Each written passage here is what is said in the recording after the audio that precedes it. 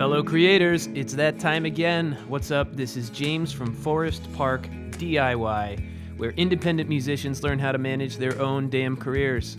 All right, before we get started, I just want to mention that this is a listener-focused podcast, and that means that I answer questions submitted by you. So please send me an email at james@forestparkdiy and let me know what your biggest challenges are as an indie musician.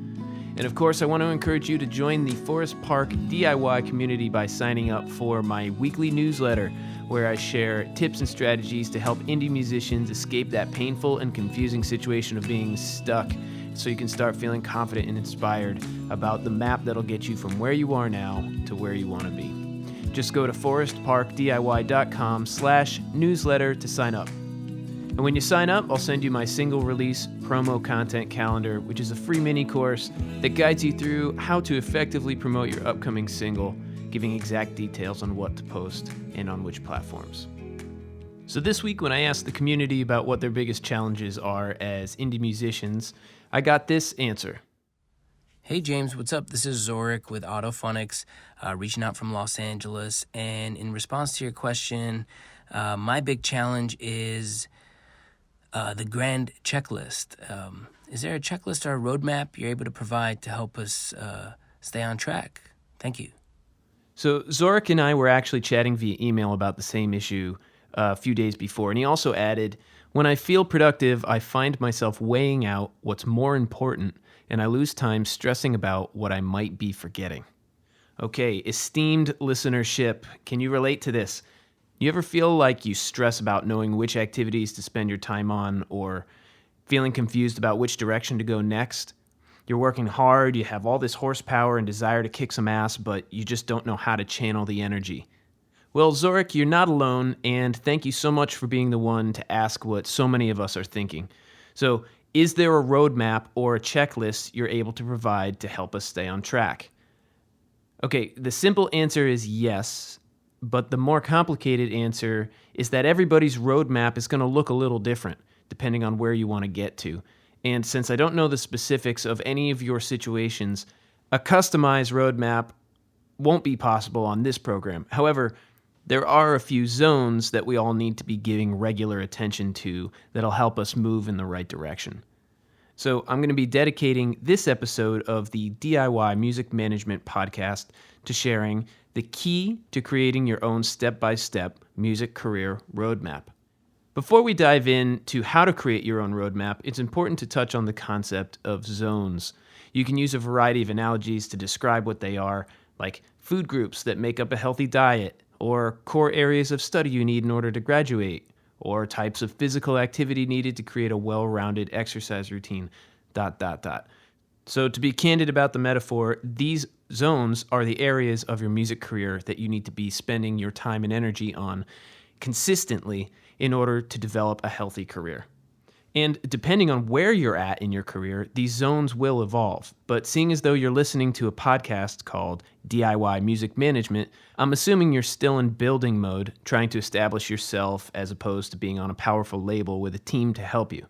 And in my opinion, having a team, and the relevance of a label is a whole other discussion, is where you want to be.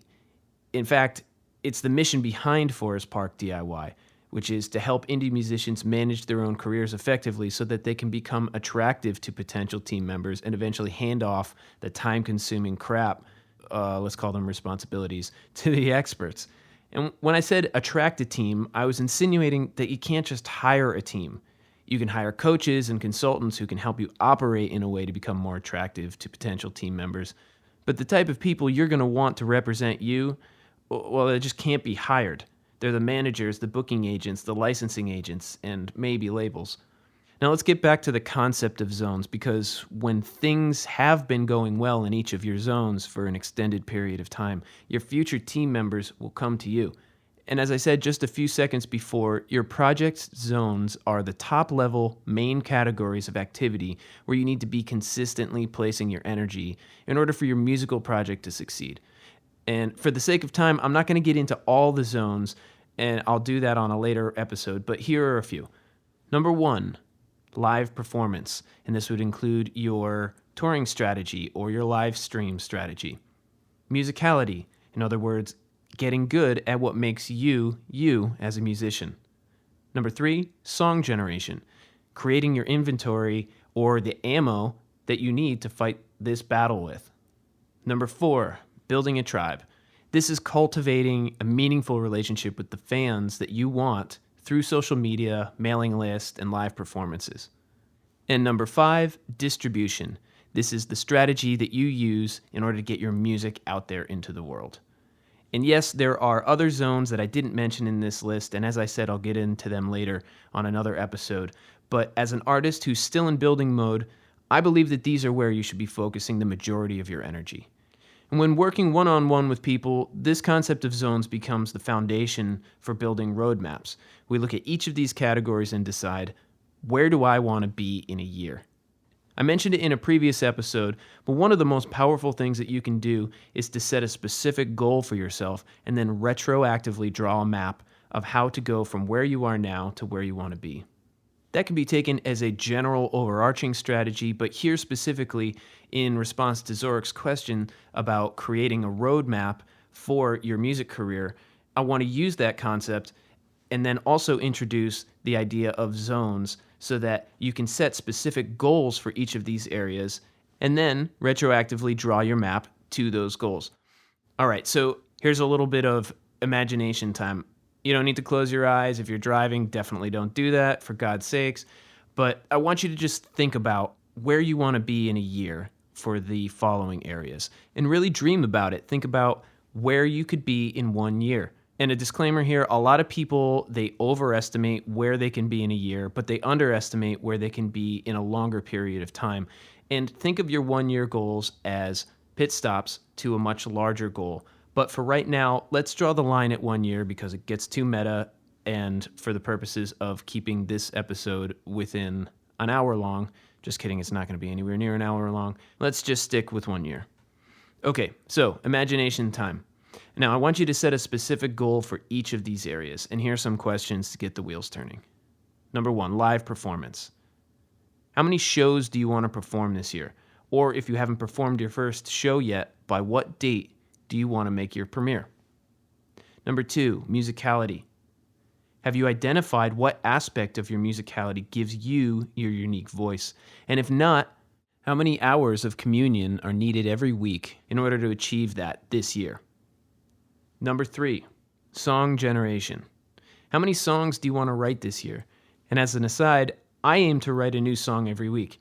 And you don't need to write that much, but just remember that new songs are the ammo for helping you fight this fight. And if you don't write songs, if you're the type of artist that uses other people's compositions, this applies to you too. You need to be searching for those songs. Number 4, building a tribe.